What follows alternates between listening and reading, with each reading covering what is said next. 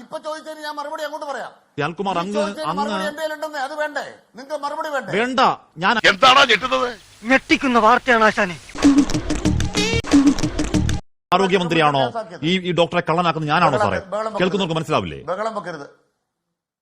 കേൾക്കുന്നവർക്ക് മനസ്സിലാവില്ലേ? പറയുമ്പോ യുക്തി വേണ്ടേ, ലോജിക്ക് വേണ്ടേ? വേറൊരുത്തനും കൂടി വരാനുണ്ടായിരുന്നല്ലോ. ഒരുത്തനും ഒലക്ക വിഴിഞ്ഞ പോലെ കുറെ നേരം വന്നിരിക്കണം. നിങ്ങൾക്ക് യുക്തിയുണ്ടോ? ഉണ്ട്. ബുദ്ധിയുണ്ടോ? ഉണ്ട്. മന്ത്രി പറഞ്ഞു ഈ ഡോക്ടർ ചെയ്തെന്ന്. മന്ത്രി ഇന്ന് പറയേണ്ട കാര്യം എന്താ? അത് സാർ ഒന്നുകൂടി റിവൈൻഡ് ചെയ്തിട്ട് സ്ലോ മോഷനിൽ ആലോചിച്ചു നോക്കൂ. നിങ്ങൾ എന്താ മനസ്സിലാക്കുന്നത്? 2 വർഷം കാണാതെ കോളോസ്കോപ്പ് കാണാതെ ഇന്ന് മന്ത്രി പറയേണ്ട കാര്യം എന്താ? കേരളം ബാക്കി അന്വേഷണം നടക്കേണ്ട കാര്യം പറയേണ്ട കാര്യം എന്താണ്? കള്ളനാക്കാനാണ് സാറേ. ബ്രാഞ്ചി വണ്ടിയില് ഒരാധാർ ടീമാണ്. നിങ്ങൾ എന്ത് ന്യായമാ മിസ്റ്റർ പറയുന്നത്? മന്ത്രി നിങ്ങളുടെ ആഫീസിൽ ഒന്ന് അനുവാദം ചോദിക്കണോ? ഒരു വസ്തുത വകുപ്പിന്റെ ശ്രദ്ധയിൽപ്പെട്ടാൽ ആ റിപ്പോർട്ടിന്റെ ഭാഗമായ ഒരു വസ്തുത കൂടി പറഞ്ഞാലുടനെ അവിടെ ആരെങ്കിലും പ്രത്യേകിച്ച് കള്ളനാകാൻ പോകണോ?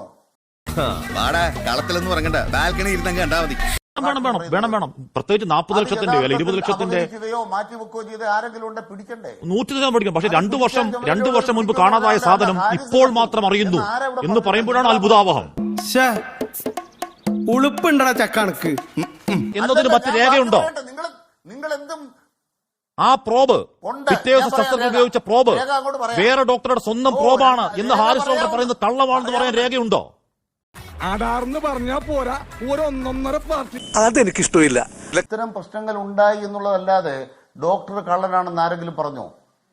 നിങ്ങൾ ഇന്ന് ഈ ചർച്ചയിൽ ഡോക്ടറെ കള്ളനാക്കാൻ നോക്കിയത് എന്തിനാണ്? അവിടെ പരിശോധന നടത്തിയപ്പോ അവിടെ മൊഴി കൊടുത്തവർ ഇങ്ങനൊരു യന്ത്രം കൂടി ഉണ്ടത് കാണുന്നില്ലല്ലോ എന്ന് ചൂണ്ടിക്കാണിച്ചാൽ അല്ല അത് ഞങ്ങൾ എഴുതത്തില്ല എന്ന് പറഞ്ഞ് ഇവര് പോണോ? ഈ എഴുതുകയും എഴുതാതിരിക്കുകയും ചെയ്യേണ്ടത് രാഷ്ട്രീയ തീരുമാനമാണോ?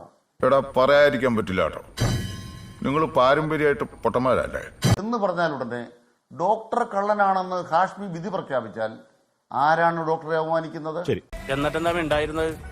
ഹാഷ്മിയാണ് ഒരു നിയമം, വേറെ ഏതെങ്കിലും ചാനലിലെ ഒരു പ്രവർത്തകരാണ് വേറൊരു നിയമം. സാധിക്കുന്ന കാര്യമാണോ? നമ്മുടെ നാട്ടിലെ ചട്ടപ്രകാരമേ സർക്കാരിന് പ്രവർത്തിക്കാൻ കഴിയൂ. അവനെ കള്ളനാക്കിയില്ലേ? ഈ പറയുന്ന സാധനം വാങ്ങിച്ചു വെക്കുന്നതും കുത്തി ഒടിക്കുന്നതെന്നും ആരോപണം ഉന്നയിച്ച് പത്രവാർത്ത വന്നപ്പോൾ ആരാണ് കള്ളനാക്കിയത്? ഏതെങ്കിലും സ്വകാര്യ ആശുപത്രിയിൽ ആരെങ്കിലും ഇത് വാർത്ത എഴുതുവോ?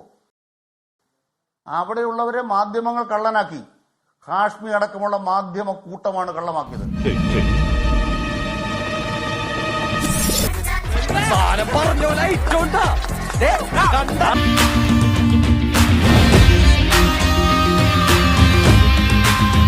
ഇവിടെ തുടങ്ങുകയാണ് നമ്മളുടെ പ്രഹസനം.